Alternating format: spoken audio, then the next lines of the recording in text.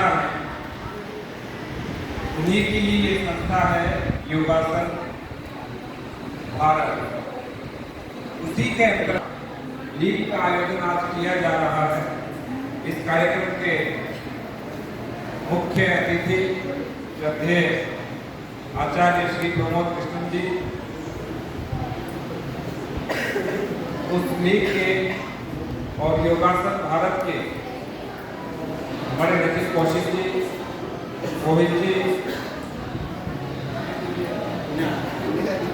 कल एक ही बार मिला था लेकिन नाम नेहा दीदी, हमारे जनपद संबल के विभिन्न संगठनों से आए हुए प्रतिनिधिगण, हमारे आयुष विभाग के सभी अधिकारीगण,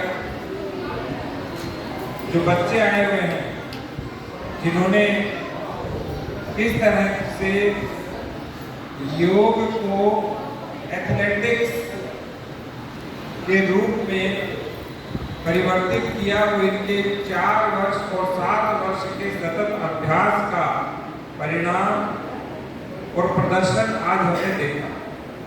वे सभी प्यारे बच्चे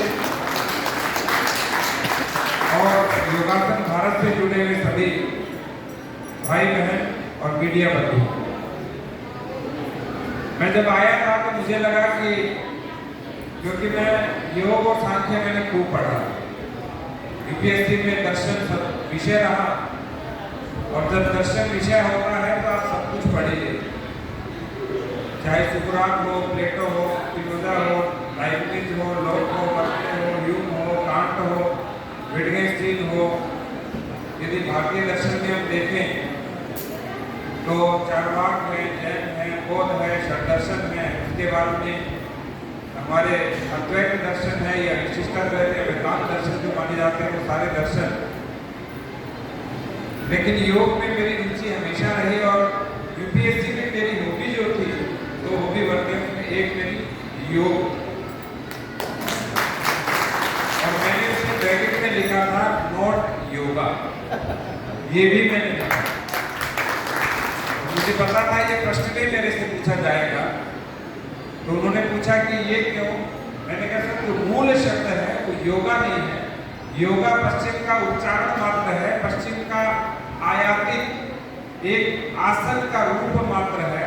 जो मूल हमारा है वो यम नियम आसन प्राणायाम प्रत्याहार धारणा ध्यान और समाधि के साथ में अष्टांग योग है, और इसी को ही हमने अध्ययन किया है और इसी का ही हम अनुसरण करने का प्रयास करते हैं।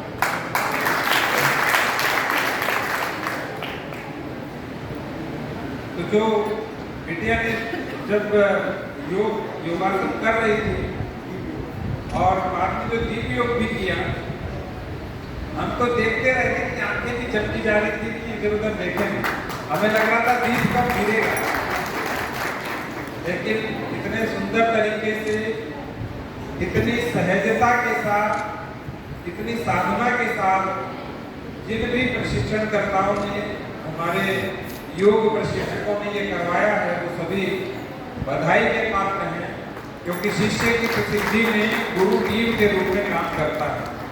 चंद्रगुप्त बिना चाणक्य के शून्य थे, तो वही स्थिति आपके लिए। हालांकि मुझे इस मंच से किसी प्रकार की कोई राय नहीं देनी चाहिए, लेकिन ये मेरा अपना मंच है। अचित जी भी मेरे मित्र हैं, बाकी आचार्य श्री भी हमारे श्रद्धेय हैं, आदरणीय हैं। एक तो सुझाव मैं आपको देना चाहता हूँ, वो इसलिए क्योंकि परंपरा में आजकल यही चल रहा है, आप उससे अलग नहीं हैं, लेकिन मैंने धीरे धीरे जनपद में गया उस परंपरा को मैंने दूर करने का प्रयास किया। दृष्टांत रूप में ये पुष्प दिया, इसके ऊपर प्लास्टिक लगा हुआ, इस प्लास्टिक की आयु 500 से अधिक वर्ष है। बनाने में तो 1 सेकंड लगा, लेकिन नष्ट होने में प्रकृति को 500 वर्षों का समय खपाना पड़ेगा। इसलिए मैंने तय किया कि हमसे कोई कार्यालय में मिलने आता है वो बुके नहीं लाए, बुक लेके आए, पुष्प कुछ नहीं लेके आए, पुष्प कुछ नहीं लेके आना, पुस्तक लेके आनी। तो एक पुष्प और एक पुस्तक अभियान हमने चलाया। जो बुके है वो 300 रुपया का आता है, 1500-2000 रुपया तक जितना जिसको आवश्यकता होती है। आजकल तो प्लास्टिक के भी बुके आने लगे, प्लास्टिक के फूल होते हैं, यानी वो बुके है कि वो प्लास्टिक है पूरा। तो मेरा अनुरोध रहेगा कि जैसे हमारे अध्ययन की, स्वाध्याय की संस्कृति कम हो रही है, यदि हम गीता प्रेस की, गायत्री परिवार की, पुनरुत्थान विद्यापीठ की बहुत ही सस्ती और साधारण और उपयोगी पुस्तकें आती हैं, योग से संबंधित पुस्तकें, यदि हम एक एक करके एक कार्यक्रम में मान लीजिए आज 5 पुस्तकें होती, तो प्रकाशक को भी लाभ होता, लेखक को भी लाभ होता, जिसको मिलती उसको भी लाभ होता, और वो जब तक वो व्यक्ति जीवित रहेगा तब तक उसकी स्मरण में रहेगी, उसकी पुस्तकालय में रहेगी, और यदि वो आगे देता जाएगा तो वो पुस्तक आगे से आगे ज्ञान बढ़ाती जाएगी। कुछ लोग मुझे कहते हैं कि पुस्तक को तो जाके रख देते हैं, कोई देखता ही नहीं। मैंने कहा टाइटल तो देख लिया, उस खोल के तो देख लिया, उसको देखा उसको। और हमारे यहाँ तो संस्कार परंपरा है, किसी चीज को देखते ही चित्त में संस्कार बन गए, अब वो जब उदय होगा संस्कार का उदय होता रहेगा, कोई समस्या नहीं। इसलिए, और मैंने एक पुष्प में एक और रखा था, वो आप तो नहीं रख सकते, आप तो सामान्य इस तरह के पुष्प लाए। हमने कहा कि कोई पुष्प क्रय करके नहीं लाए, रास्ते में कोई पुष्प मिले वो क्रय कर लीजिए, यदि वो भी नहीं मिले तो बहुत सारे पेड़ पौधे हैं, उनकी डाली और पत्तों से जो कलावा निरंतर पहनते हैं, नहीं मोली जिसे कहते हैं, मोली जिसे कहते हैं उसे निरंतर पहनते हैं, उसी से ही बांध दीजिए। अब जैसे कल पुस्तकें आई थी, हमने किसी को भी प्लास्टिक से पैक नहीं किया, पैकिंग किया और फाड़ दिया, क्या फायदा हुआ? हम ऐसी संस्कृति थोड़ी है कि जो चीज नष्ट ही नहीं हो रही उसको पैदा करते जा रहे हैं। हम तो ऐसी संस्कृति है जो भोलेनाथ को श्रृंगार करती है, तुरंत वो श्रृंगार हटाती है, पुनः श्रृंगार करती है। तो हम तो क्षणिकवाद में भी विश्वास करते हैं और सनातन में भी विश्वास करते हैं, हमारी संस्कृति में। दूसरी चीज जो मैं कहना चाह रहा था, लेकिन यहाँ पे पालन भी किया गया, प्लास्टिक की बोतल हमें 100% अपने घर से, परिवार से निकाल देनी चाहिए। एक प्लास्टिक की 1 लीटर की बोतल में कोलंबिया यूनिवर्सिटी का शोध है 2,40,000 प्लास्टिक पार्टिकल होते हैं, और वो सारे के सारे कैंसर कारक होते हैं। इसलिए कोई महंगा कहते साहब मैंने तो कभी कुछ किया ही नहीं, मेरे को कैंसर क्यों हुआ, उनको पता ही नहीं। उनके किचन के सारे जार प्लास्टिक के हैं, ऊपर सिंटेक्स की टंकी प्लास्टिक की है, पाइप आ रही है वो प्लास्टिक की है, रास्ते में इधर उधर पानी पी रहे हैं वो सारा प्लास्टिक का है। तो धीरे धीरे कैंसर तो जा ही रहा। और एक रिसर्च हुआ था 2016 में, योशिनोको नाम के जापानी वैज्ञानिक थे, उनको नोबेल पुरस्कार दिया गया उस रिसर्च का नाम था ऑटोफैगी। क्या नाम था? ऑटोफैगी। क्या नाम था? ऑटोफैगी। ऑटोफैगी। क्या नाम था? ऑटोफैगी। ऑटोफैगी का अर्थ होता है यदि कोई एक पक्ष में एक दिन उपवास रखता है, और वो भी जल वाला उपवास रखता है, उसको जीवन में कभी कैंसर नहीं होता। और उसके लिए जो सर्वश्रेष्ठ दिन है वो है हमारी एकादशी। इससे श्रेष्ठ कोई दिन नहीं। इसलिए एक और बात बताता हूँ, यदि कोई एकादशी का जलोपवास रखना आरंभ कर दे, मैं गारंटी से कहता हूँ उसे कैंसर नाम की बीमारी नहीं होती, क्योंकि 12 घंटे भूखे रहने के बाद ऑटोफैगी की प्रोसेस शुरू होती है, और 24 से 36 घंटे तक वो ऑटोफैगी की प्रोसेस चलती है।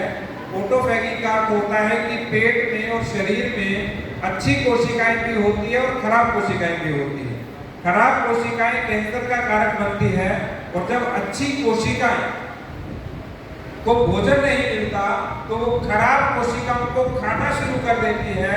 तो हमारा पेट, हमारा शरीर स्वयं उस कैंसर को समाप्त करने में सक्षम है।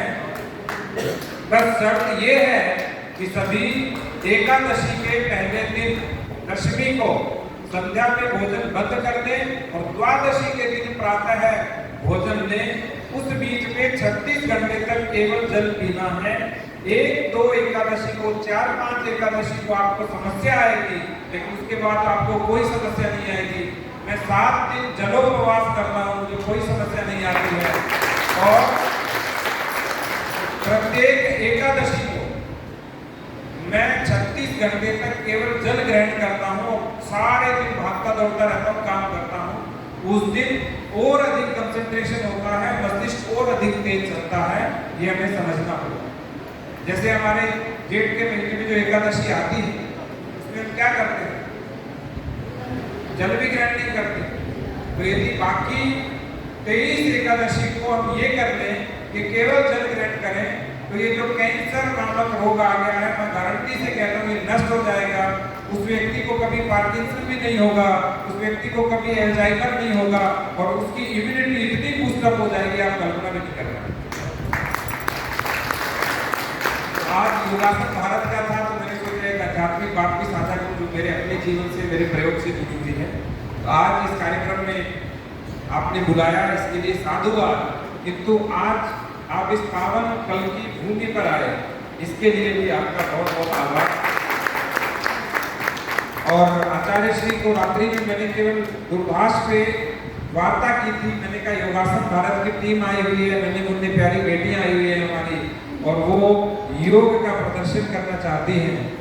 तो आप आइए, और आपका इतना स्नेह है, आशीर्वाद है कि एक बार कहने पर ही सीधा गाजियाबाद से सीधा चले आए। हालांकि कार्यक्रम था वो भी नहीं।